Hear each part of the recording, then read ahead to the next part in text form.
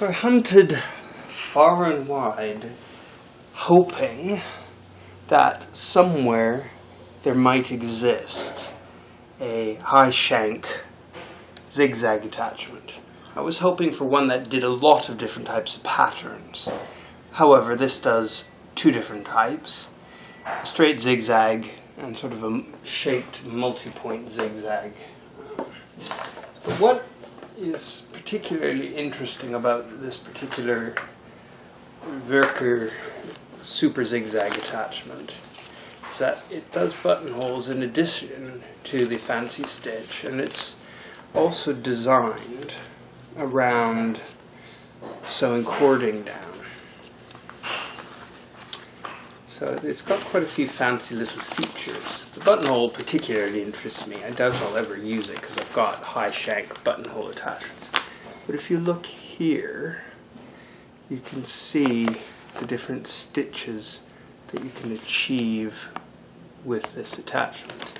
So I thought I'd show you some of how this works.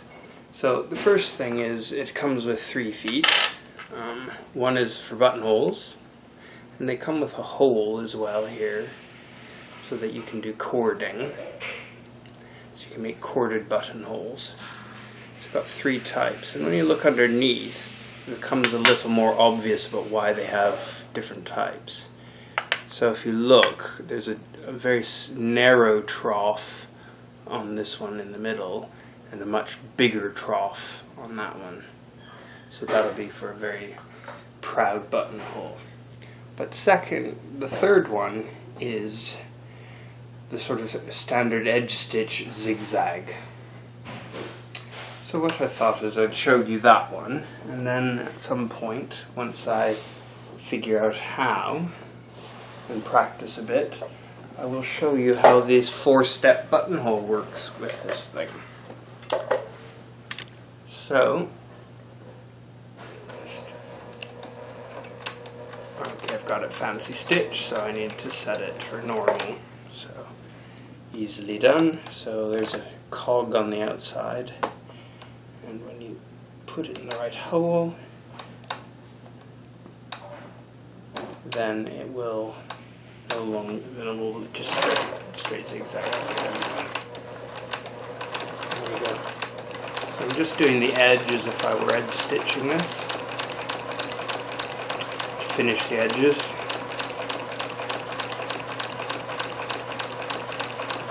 It's designed to sew 2 pieces of fabric together, left and right, to join 2 pieces. You can sew over folded hem, or you can just edge stitch like I'm doing it, finish the edges.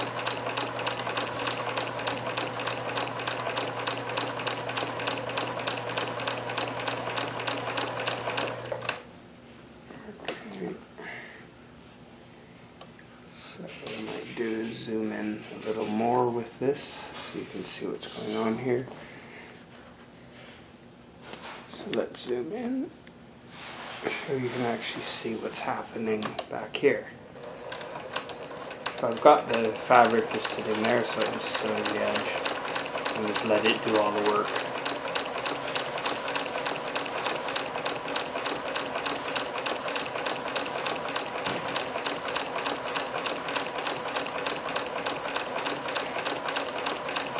So you can speed this up a little bit.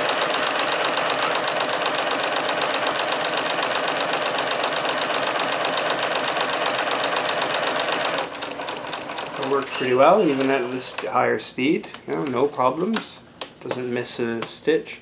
And you can see it's finished those edges actually rather nicely from very fine cotton. So let's see. There's the edge. So spin around and then do this third one.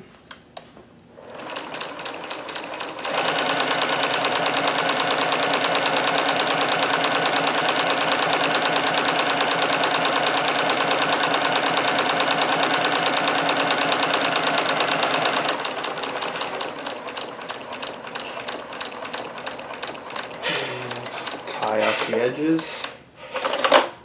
Okay, so I have just sewing around all those edges. So if you want to just do a zigzag for decorative purposes, so like a satin stitch, I've got it set on the widest now.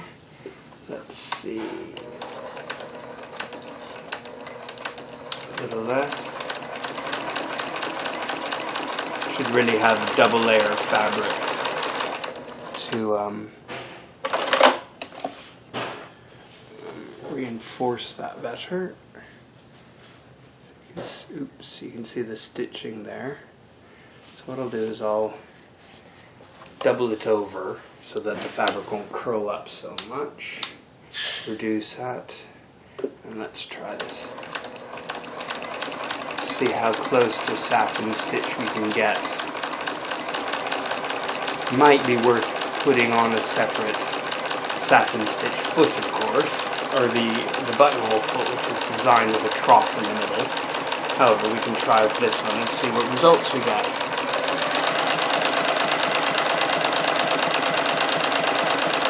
This works just incredibly well, considering. So that's not too shabby considering what it's doing. Okay. So here I'll zoom out, take off the attachment. So you can just a standard screw, and that comes off. And then what you have is the reverse side of the monster.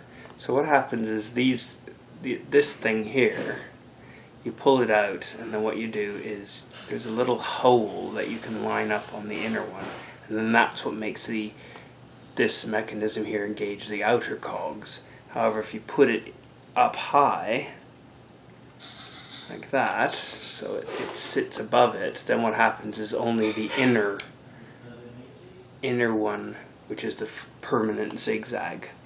And believe it or not, what's really funny is when you use the patterned zigzag on this, which I will show you in a second, if you advance it with a screwdriver, you can actually reverse it. So instead of doing the zig on the left, on the right, it does the zig on the left. Okay. Now we've got this bizarre thing here. So this is how you control the buttonhole. So what happens is it's got this sort of V thing in it. And if the V's up, it's in the buttonhole position. It explains all the instructions. But basically you move it back and forth to get the full width. And on this side, I'm not sure if you can see that. You can see just there the width of the zigzag. And that's basically the monster. So what we'll do is I will engage this so it does the multi-point zigzag. Although it's a different type, it's more of a shaped multi-point zigzag. And we'll see how this looks. So what I found with this machine, you really have to lower the presser bar in order to pivot it on, and then raise the presser bar until you wiggle it in. That just seems to be the only way to do it. Not difficult, but it takes a bit to figure out. And then once you've got it in the right place, you can engage the hole and then screw it in and tighten it. Okay, so you should use I can get that adequately tight enough for my needs, but you should use a screwdriver. So what we'll do is we'll show you the fancy multi-point zigzag now. So it's 3 on the left, 2 on the right.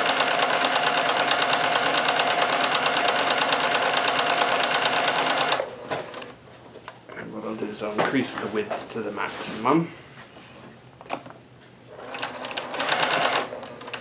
And if we zoom in,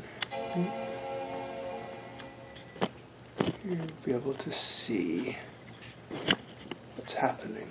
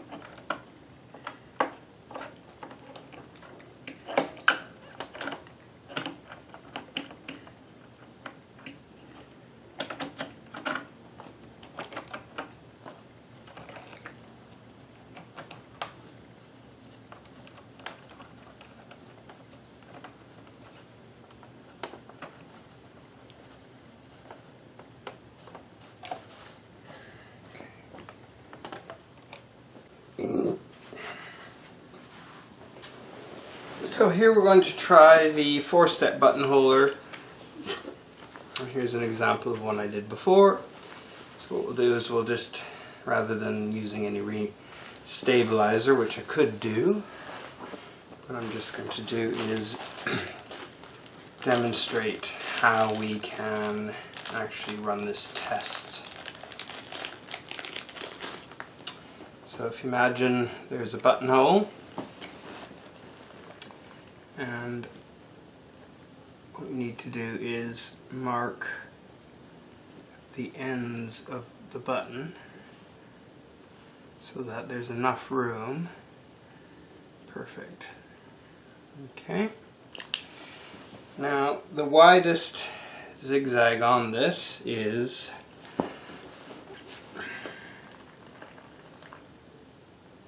basically a quarter. So, based on that, if we do this, we have quarter, that's kind of perfect, so we'll crease the quarter. And we'll put a line down the middle. Just so we can see what we're doing. What we want is the sides of the buttonhole to be on both sides of that. So what you can see here is the tab they're talking about. See, there's that little V there where my thumb is. That's got to be up, and that limits it between those two ends. And that's how you can control what's happening. So you sew each side in that position, and you sew the end tabs in that position, but you always start with that. So if we start there, then we'll begin the buttonhole. Okay, so according to my instructions here, set the lever for the welt part, which is the narrow part, push to the backstop, which I showed you that before, and then when we get to the bottom, we let the needle remain in the fabric on the left hand side of the welt, raising the attachment. So it's in the raised position at the moment.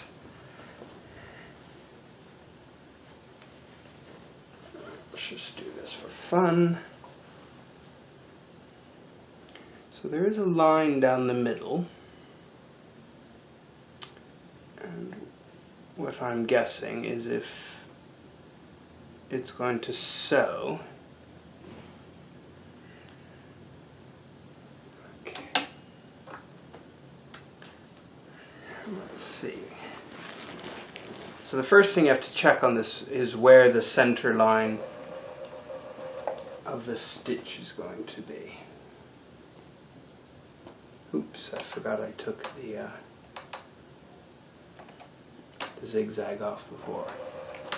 Okay, so the zigzag is a little further over to the right than I expected, so let's put it over here so that we can make sure we're going straight as well. Okay, that's good. So we'll sew down to the end.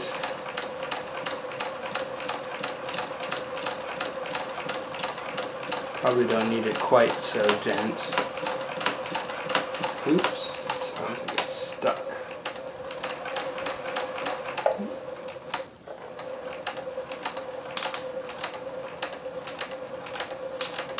Yeah, just set the stitching too dense. It was too dense. Got to the end. What it says is you need to leave it up. Then it'll remain in the fabric on the left hand side of the welt. So there we do that.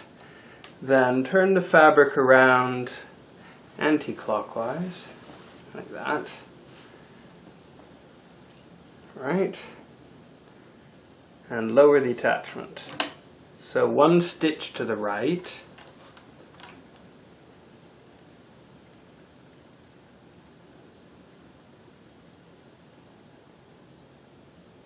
And stop with the needle on the right hand side before it opens before it goes in the fabric. Okay. Then we move this and set. Okay. And this will sew the end bits. Perfect. Then set the needle on the right. So let this up. And then this theoretically should complete the right hand side.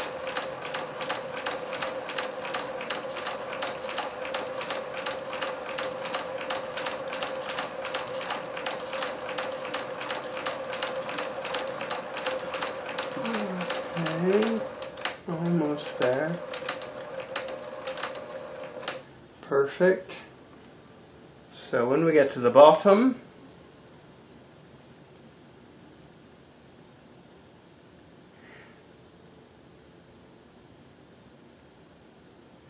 I went too far, but that's okay. We can go back a few stitches.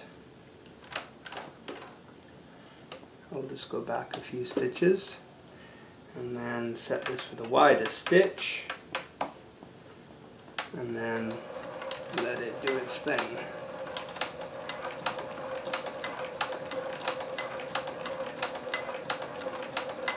Okay, not a perfect buttonhole, but actually pretty good for the disaster that I created. So let's try this again.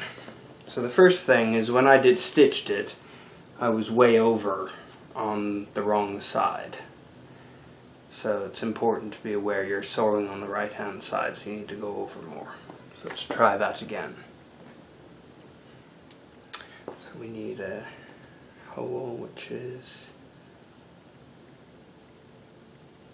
5/8. Let's try again.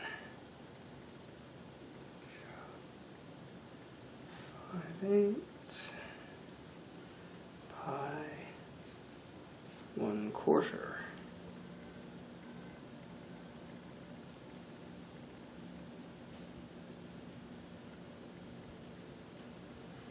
Okay, so the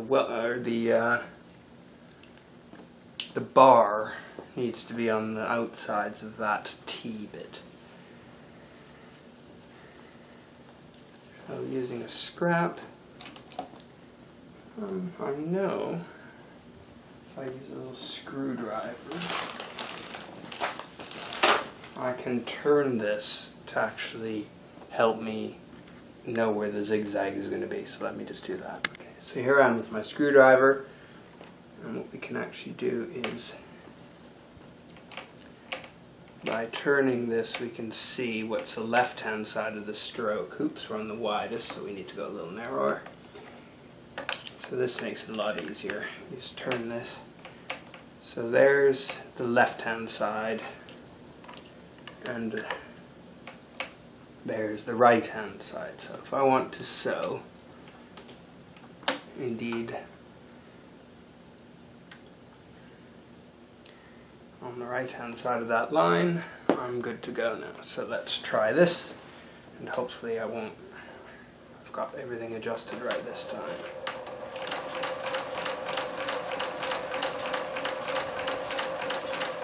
So I have to remember when I get to the very bottom to end with the fabric in the left side. One more. And we'll do one more. Perfect. And then we spin it around. So let's say spin it around counterclockwise, isn't it? Right, so if that's counterclockwise, then we're going to end up on the wrong side again. I don't like that.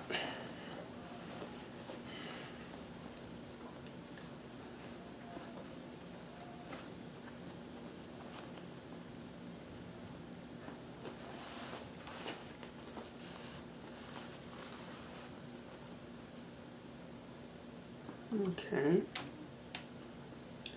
Yeah, whenever you turn it around, it definitely goes, okay, so then we need to bring this forward, Alright, so now we're going to be sewing on the wrong way.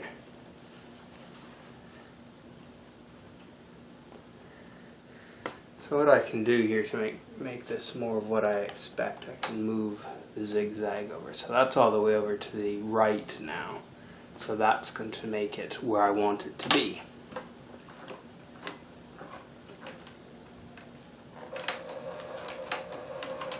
So I should use stabilized iron. This would work far better.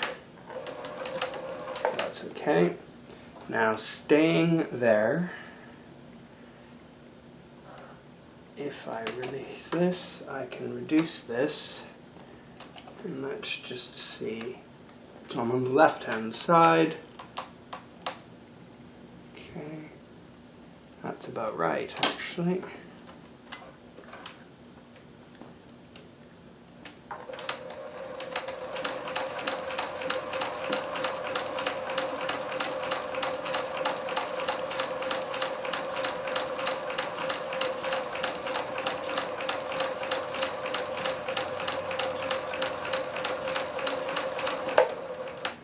Okay,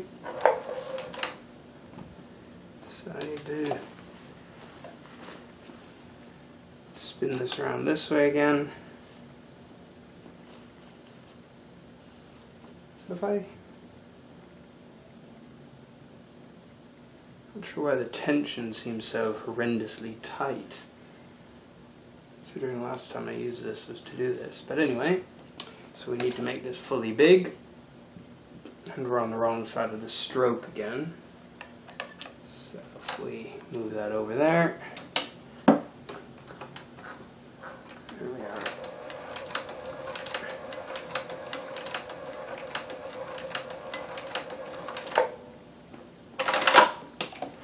Okay, so we have a buttonhole. Definitely not the best thing I've ever done. So with stabilized, you'd get far better results than what I'm getting here. However, if you were to cut that second one,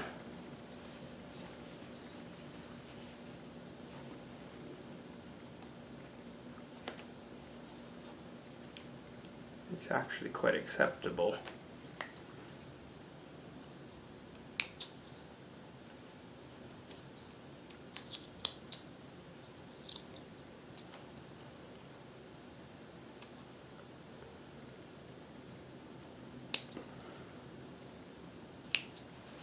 I have a buttonhole. Works. More difficult than certainly the automatic ones on my Singer. However, with a bit of fine tuning and stabilizer, you can get very good results. So there you can see the buttonhole that I did just then. So it's quite acceptable. Don't think I'll ever use it unless I'm really desperate, but because I have automatic buttonholers, that'll fit this machine. However, the zigzagger attachment side I will definitely take advantage of, because it actually finishes the edges rather nicely. Can't really complain about that.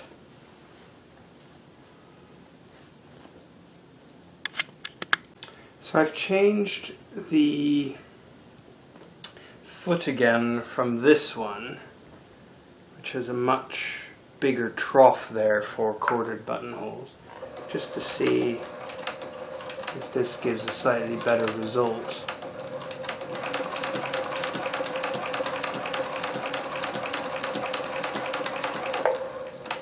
Yeah, you still have to be careful it doesn't bind. So I'm wondering if lowering the foot pressure might make it less likely to bind. Again.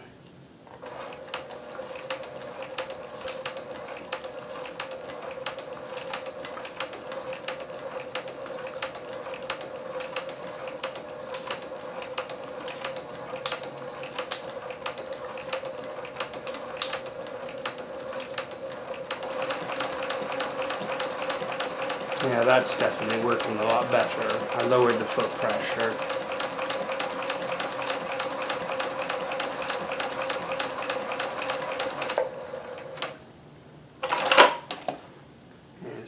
pretty much a satin stitch, which is good.